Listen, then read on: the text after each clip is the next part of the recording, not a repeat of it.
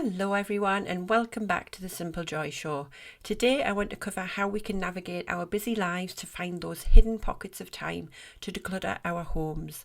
Finding time isn't always about having free hours, it's about integrating decluttering into the life you've already got. So let's look at what actionable steps you can start today.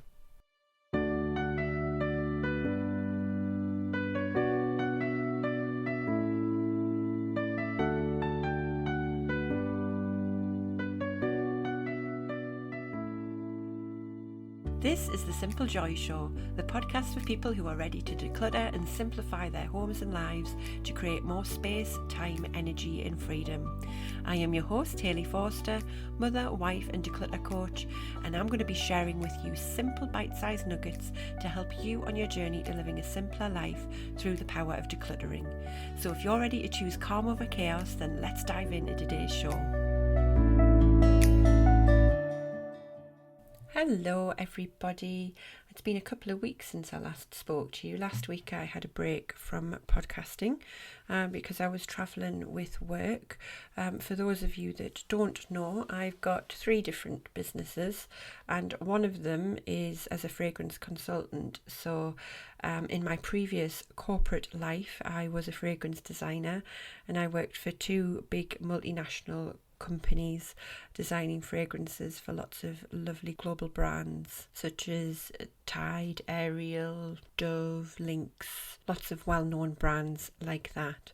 And in 2018 when I became self-employed, I became a consultant, so I now work with companies on designing their fragrance strategies and designing new fragrances, new fragrance technologies and things. So it's very, very exciting. But the job that I was doing last week is a job that I volunteer for. So I'm on the council of the British Society of Perfumers, and every year we run a workshop weekend where we basically teach about the fragrance industry. So people who are new to the industry or perhaps people who are wanting to get into the industry can sign up for a full weekend training where we talk about the different roles, what perfumery is, how you can create new fragrances, and they get a project over the weekend of designing their own fragrance in groups as well. And it's such a fun weekend. I went to Cambridge for 3 or 4 days and it was just so lovely being around like-minded people, interacting and just having a lovely time learning and making new connections. So that was fabulous. But that's ultimately why I didn't have a podcast out last weekend. But I'm ready and raring to go today, ready to talk about how you can find more time in your day to declutter your home, because I think that's a massive problem for people. I get so many people coming to me and they're like, I really want to declutter, but I'm so busy anyway. How am I possibly going to find time to add extra things in my day to get done, especially when it's such a big job? So without further ado, let's dive into these tips. Tip number 1 is schedule decluttering appointments. Now, this is about you honouring the commitment to yourself as you would to anybody else. So open up your calendar and find a spot that works for you. So it could be evenings, it could be mornings, whenever fits into your normal daily or weekly schedule. But treat this time as sacred. Basically, it's the difference between you thinking that you're going to declutter someday to actually making today the day that you take action. So find those moments, find those pockets of time and put them in your calendar, and the calendar will be there to prompt you, to remind you, and to get it at the forefront of your mind so that you actually take action and get started. Number 2 is to start taking advantage of little pockets of time, and I'm even talking 5 minutes here. And you're probably thinking, what can I possibly do, especially decluttering, in 5 minutes? But trust me when I say it's more than you think.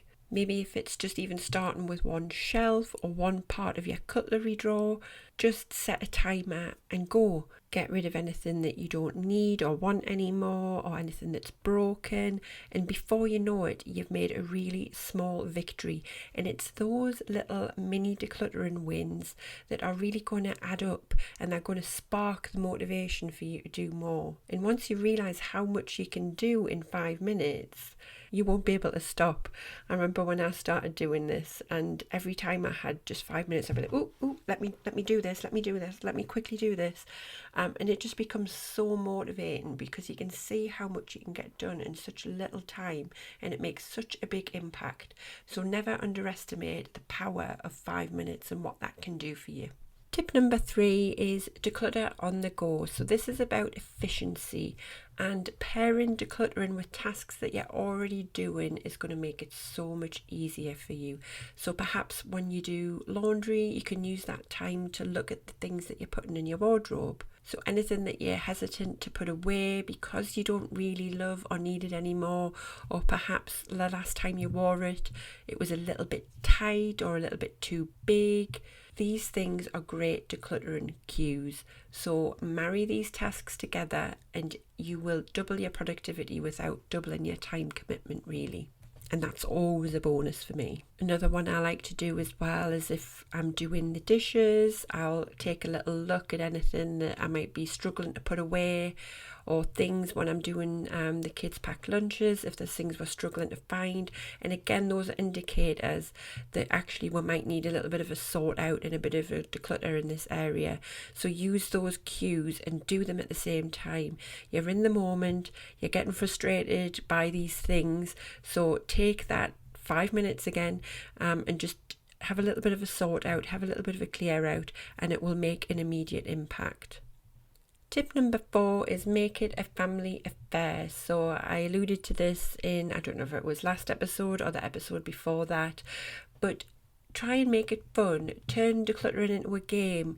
See who in your house can find the most items to give away, or who can organise the space the fastest. Play music, make it a dance party. Just get your family involved, and not only does the work get done quicker, but actually it's a really nice fun bonding experience, and it helps everyone to be more invested in the space that they live in and become much more respectful of their home.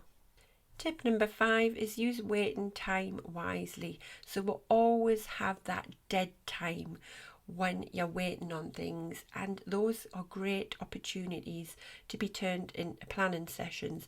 Now, I'm making this sound as though if there's any white space in your life that you shouldn't relax. 100% relax, but try and take some of those opportunities initially to try and sort through the things that you want to, and ultimately your white space will then expand over time, and then that's where we all want to get to, isn't it, where we can have that white space and we don't need to fill it.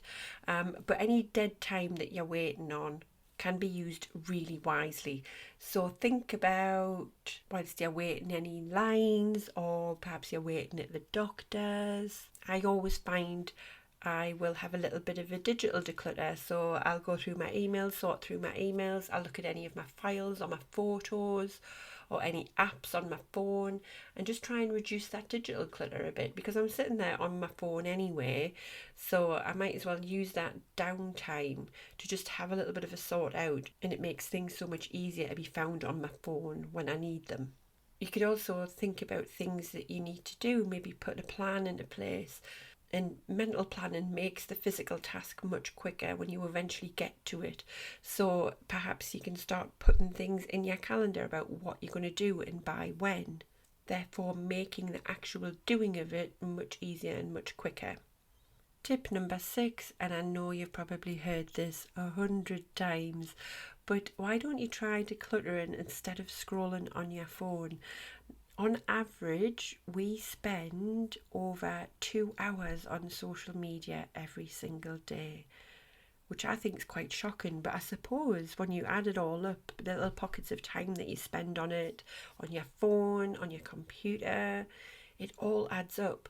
But imagine if we just took a fraction of that and focused on decluttering instead. So start by reclaiming those 5-10 minute pockets of time.